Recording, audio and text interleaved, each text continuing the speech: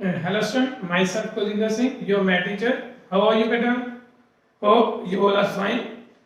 Today we are going to start new chapter, chapter number 1. Topic is relation. Now, first of all, beta, what is a relation?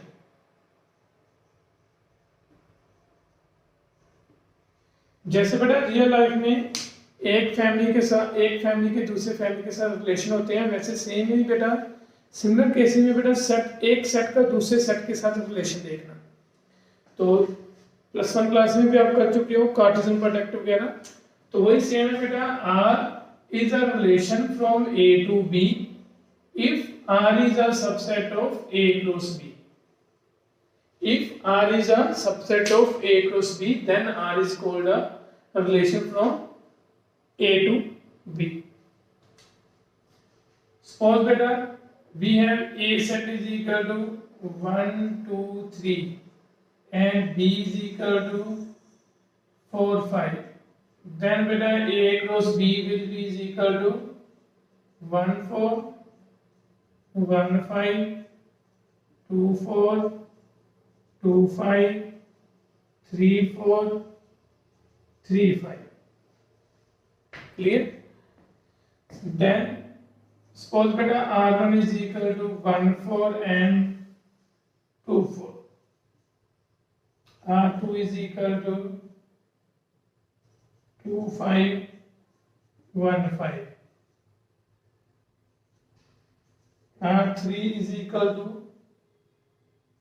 1, 4, 1, 5, 3, 4, so. तो obviously बेटा R1 is also subset of A cross B. Same बेटा R2, same R3, ये तीनों क्या है बेटा A cross B की subset है. It means ये तीनों के तीनों क्या है बेटा रिलेशन है from A to B. Next concept है बेटा डोमेन एंड रेंज. तो जो यूजिंग एलिमेंट होंगे बेटा A सेट के, फर्स्ट सेट के यूजिंग एलिमेंट्स को क्या बोलोगे बेटा सेट. जो यूजिंग एलिमेंट्स हैं उनके सेट को क्या बोलोगे आप डोमेन. तो फॉर एग्जांपल बेटा R1 में डोमेन क्या 1 एंड 2 और R2 में डोमेन 2 एंड 1, अगेन 1 एंड 2. तो थर्ड में बेटा डोमेन है आपकी 1 1 एंड 3 मतलब 1 3. तो रेंज क्या है बेटा जो सेकंड सेट है उसके यूजिंग एलिमेंट्स, जैसे 4 4 मतलब 4 ही सिर्फ एक ही एलिमेंट है रेंज में. इसकी बेटा रेंज में जस्ट 5 एलिमेंट है, इसकी रेंज में बेटा 4 5 दोनों है. क्लियर. तो ये रेंज और डोमेन. इसके बाद बेटा कंसेप्ट आता है relation on a set. On a set पे मीनिंग बेटा relation from A to A. A से लेके A तक बेटा कोई रिलेशन है तो उसको क्या बोलेंगे रिलेशन ऑन अ सेट. तो ऑब्वियस है बेटा if R is a subset of A cross A, then R is called a relation on A. Clear बेटा. तो यहाँ पे बेटा हमारे पास 3 टाइप्स के रिलेशन आएंगे एक सेट पे जब बात होगी. तो फर्स्ट टाइप है बेटा रिफ्लेक्सिव रिलेशन. तो एक एग्जांपल के साथ चलता हूँ बेटा मैं. सपोज ए सेट है मेरे पास 1 2 3. Firstly we will find A cross A. 1 1 1 2 1 3 2 1 2 2 2 3 3 1 3 2 3 3. तो मैंने बेटा A क्रॉस A सेट पहले डिफाइन किया मतलब फाइंड किया. अब बेटा R रिलेशन है कोई भी R A क्रॉस A का सबसेट. तो फर्स्ट रिलेशन है बेटा रिफ्लेक्सिव. Reflexive relation. तो रिफ्लेक्सिव रिलेशन बेटा if A belongs to R for all A. जैसे बेटा अगर मैं इस सेट में बात करूं 1 1 2 2 और 3 3, ये तीनों तो एलिमेंट इसमें होने चाहिए रिलेशन में.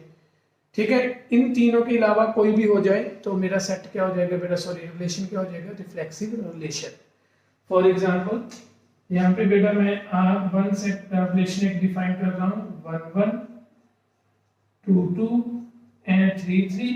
अब उसके बाद बेटा अगर मैं इसमें कोई और भी एलिमेंट मतलब रखना चाहता हूं तो रख सकता हूं, जैसे 2 3. इसके बाद मैंने रख लिया बेटा 3 2 सपोज. तो ये रिलेशन बेटा डायगोनल एलिमेंट जो 1 1 2 2 3 3 है इनको कवर कर रहा है, तो इसका मतलब ये क्या है, रिफ्लेक्सिव।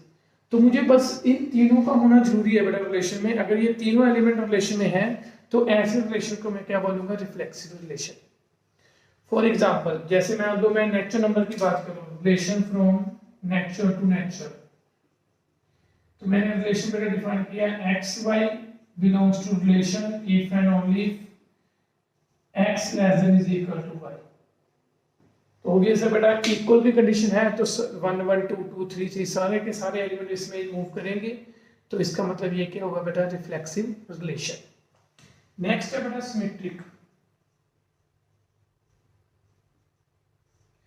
सिमेट्रिक रिलेशन, तो इसकी डेफिनेशन है बेटा if x y belongs to R, these implies y x also belongs to R, then R is called a reflexive relation, symmetric relation।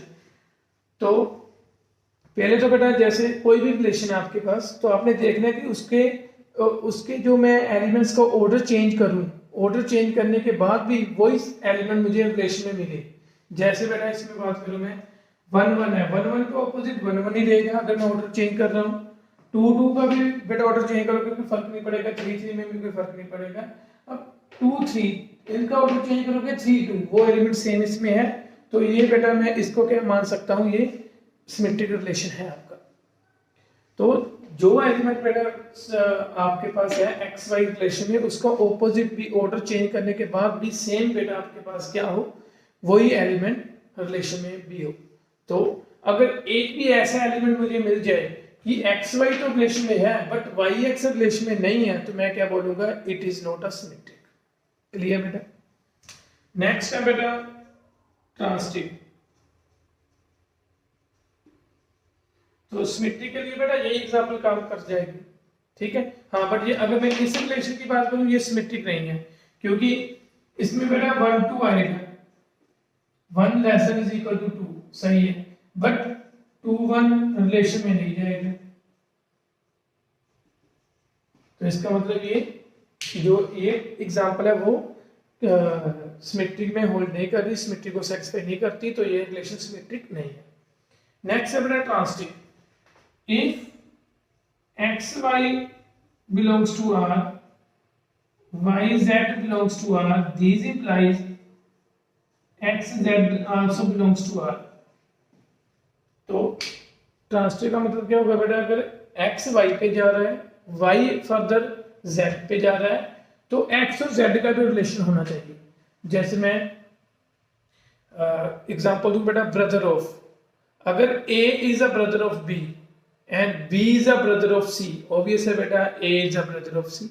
अगर मैं जस्ट बॉयज मतलब मेल की बात ही करूं, मेरे सेट में सारे के सारे मेल्स हैं, तो उसमें बेटा मैं ब्रदर की एग्जांपल ले रहा हूँ, रिलेशन चूज कर रहा हूँ, तो वो क्या होगा, ट्रांसिटिव।